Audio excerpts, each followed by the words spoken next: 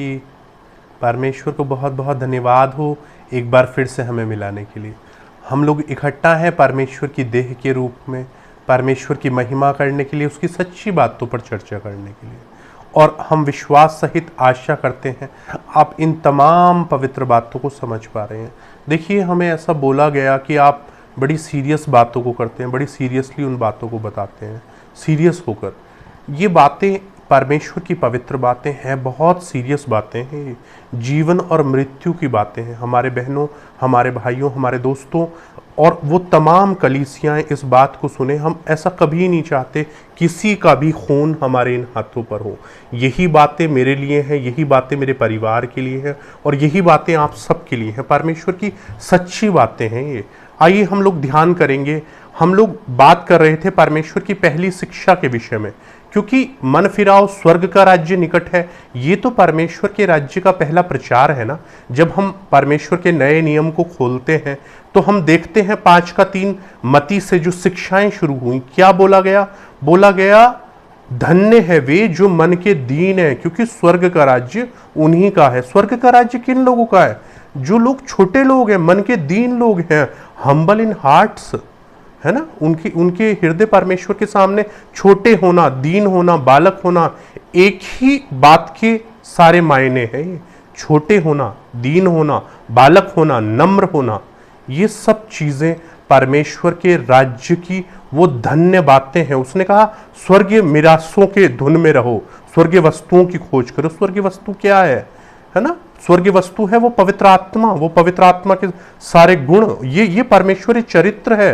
स्वर्गीय राज्य के चरित्र को मानने की बातें बोली गई। इस किंगडम ऑफ डार्कनेस में पृथ्वी किसके अधिकार में है? किंगडम ऑफ डार्कनेस के अधिकार में है। और यहां मसीह लोगों को बोला गया, मसीह कलीसियाओं को बोला गया वो चरित्र जीने के लिए जो स्वर्ग का चरित्र है, जो परमेश्वर ने अपने वचन के अनुसार बताया, नए नियम के अनुसार। और हम लोग इस भेद की बात को करेंगे परमेश्वर के ऐसे चरित्र के विषय में जो आज अवर्णीय भी है और हमारी आंखों से छुपा हुआ भी है।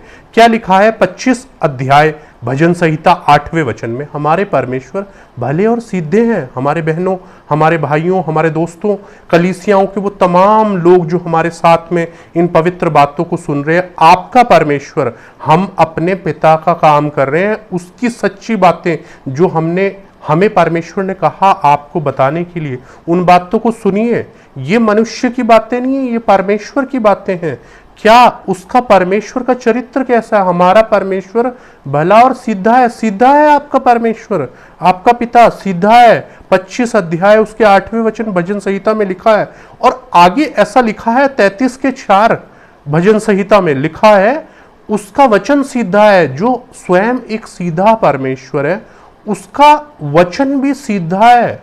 33:4 भजन संहिता में साफ साफ लिखा है। और इस बात को फिर से इस तरह से आप गौर करिए, क्या लिखा है उसके वचन के अनुसार। हम पढ़ते हैं 11:25 मत्ती में ऐसा लिखा है, उसने अपनी बातें ज्ञानियों और समझदारों से छुपा कर रखी और बालकों पर प्रकट करी।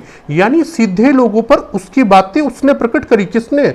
धरती और आसमान के मालिक ने। यानी कि चालाक, होशियार इस दिमाग से, इस दिलो दिमाग से, उस जहन से वो बातें समझ में ही नहीं आएंगी, क्योंकि वो बातें तो सीधे मन से, सीधी बातें ना, सीधे मन से समझ आएंगी हमारे बहनों, हमारे भाइयों, हमारे दोस्तों। और वो सारी कलीसियां इस बात को बड़ी गंभीरता से सुने। आगे क्या लिखा है? जो परमेश्वर स्वयं सीधा है, जिसका वचन सीधा है, उसने लोगों को कैसा बनाया? नीति वचन 7:29 के अनुसार ऐसा लिखा है, परमेश्वर ने मनुष्य को सीधा बनाया। सबोपदेशक के अनुसार, माफ करिएगा, सबोपदेशक 7:29 के अनुसार ऐसा लिखा है, परमेश्वर ने मनुष्य को सीधा बनाया, है ना। और मनुष्य ने कई तरह की युक्तियां निकाली हैं। कैसी युक्तियां मनुष्य ने निकाली? सीधा बनने की नहीं, समझदारी, होशियारी, मक्कारी, झूठ फरेब, ये चाल चलन है मनुष्य का। ये मनुष्य का चरित्र है ना। और हमें इस चरित्र से आजाद होकर किसके चरित्र में जाना है? देखिए, मसीह जीवन की परिभाषा क्या है? मसीह जीवन को, मसीहत की परिभाषा क्या है? 3:10 के अनुसार लिखा है, कुलूसियों में क्या लिखा है? नए मनुष्यत्व को पहन लिया है, जो अपने सृजनहार के स्वरूप में ज्ञान प्राप्त होने को नया होता जाता है। ये हमारे सृजनहार का स्वरूप है, नया स्वरूप, नया मनुष्यत्व, है ना। तो इस बात की गंभीरता को आप समझिए। परमेश्वर जो स्वयं सीधे है, उन्होंने कैसा बनाया मनुष्य को? सीधा बनाया। उसकी बातें कैसी हैं? सीधी बातें। और 3:32 नीति वचन ऐसा साफ साफ बताता है। हमारे बहनों, हमारे भाइयों, हमारे दोस्तों और वो सारी कलीसियां इस बात की गंभीरता को सुने, इस बात की गंभीरता पर चर्चा करें, क्योंकि कहा गया है जिसके कान हो वो सुने, है ना। शिक्षाएं प्राणों को बचाती हैं, शिक्षाएं हमें स्वतंत्र करती हैं। 3:32 नीति वचन में ऐसा लिखा है, परमेश्वर कुटिलों से घृणा करता है और अपनी बातें सीधे लोगों पर प्रकट करता है ना। उसने अपनी बातें किन लोगों को बताई? जो लोग सीधे हैं। जैसे 11:25 के अनुसार ऐसा लिखा है ना। 11:25 मत्ती के अनुसार उसने अपनी बातें ज्ञानियों और समझदारों से छुपा कर रखी और बालकों पर प्रकट करी, यानी सीधे लोगों पर। उसने वही बात को दोहराया गया 3:32 के अनुसार नीति वचन। क्या लिखा है?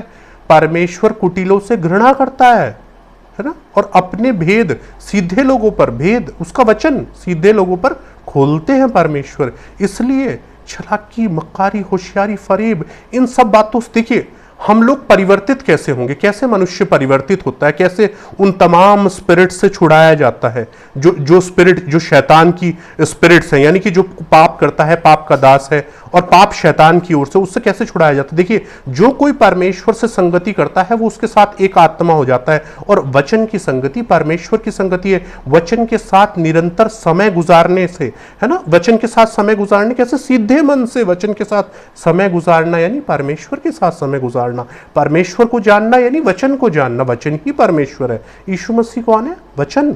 इस बात की गंभीरता को आप समझिए। वचन के साथ सीधे मन से समय गुजारना बेशुमार जरूरी है। देखिए, परमेश्वर ने ऐसा लिखा है उसके वचन के अनुसार, जब आप देखते हैं मत्ती 18:14 में लिखा है, ऐसे ही तुम्हारे पिता की जो स्वर्ग में है ये इच्छा नहीं कि इन छोटों में से कोई नष्ट हो। यानी परमेश्वर किसे चाहते हैं कि लोग नष्ट ना हो, है ना। परमेश्वर ऐसा चाहते हैं ना कि लोग नष्ट ना हो। कौन लोग नष्ट ना हो?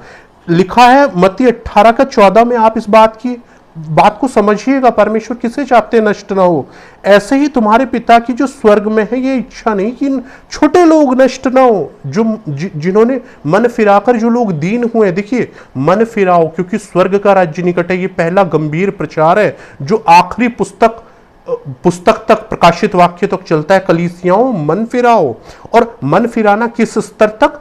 क्या लिखा है? 18:3 के अनुसार लिखा है मत्ती में, मन फिराना एक बालक की अवस्था तक जाने तक। यदि तू ना फिरे और एक बालक के समान ना बने, मन फिराकर छोटे एक बालक के समान बनना, सीधा बनना, सरल बनना। देखिए क्या बोला गया उस व्यक्ति को बोला गया पतरस के द्वारा कि तेरा मन परमेश्वर के सामने सीधा नहीं है, इसलिए तेरा इसमें कोई भाग नहीं है। मन की सीधाई से परमेश्वर प्रसन्न होने वाले परमेश्वर, और किन्हें चाहते हैं कि वो लोग नष्ट ना हो?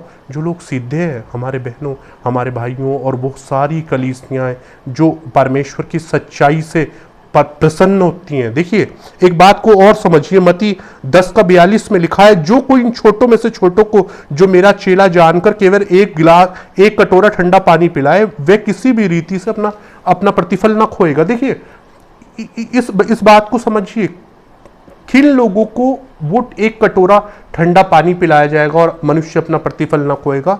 जो लोग छोटे हो चुके हैं, जो लोग मन के दीन है ना, नम्र है, उनके अंदर वो परमेश्वर की सीधाई है। उन्हें देखिए, इस बात को इस तरह से समझिए आप, हमको दुनिया से क्या काम रे, हम तो जोगी मसीह के।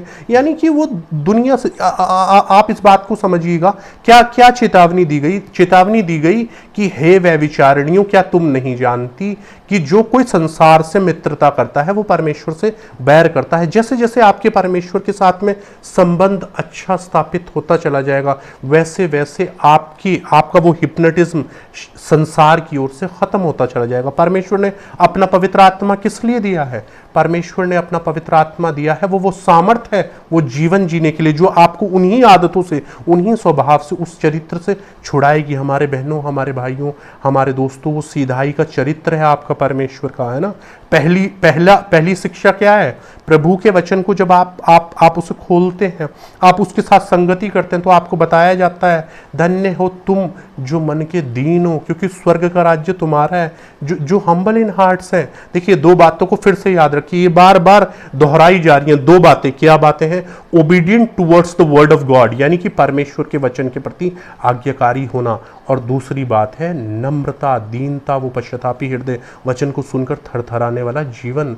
डर भय का आत्मा परमेश्वर का आत्मा है, जो बुद्धि को देता है, जो ज्ञान को देता है, जो समझ को देता है, उससे हमें बढ़ता है। ऐसा प्रभु की पुस्तक बताती है। इसलिए सीधाई, जो आपका परमेश्वर है वो सीधा परमेश्वर है ना, और उसका वचन सीधा है। उसने सीधे लोगों को बनाया, सीधे लोगों पर ही अपनी बातों को प्रकट करता है। इसलिए हमारे बहनों, हमारे भाइयों, हमारे दोस्तों, प्रार्थनाओं सहित, उपवास प्रार्थना सहित प्रयासरत रही, क्योंकि परमेश्वर की बात मानकर कभी आपका बुरा नहीं होने का। जैसे जैसे आप उसके राज्य और धर्म की खोज करेंगे, उसके राज्य और धर्म को कहाँ खोजना? अपने जीवनों में, अपने परिवारों में। ये बेपनाह गंभीर बातें, और हम कभी नहीं चाहते कि हमने आपको परमेश्वर का वो सच बताया है जो परमेश्वर ने हमें कहा है आपको बताने के लिए।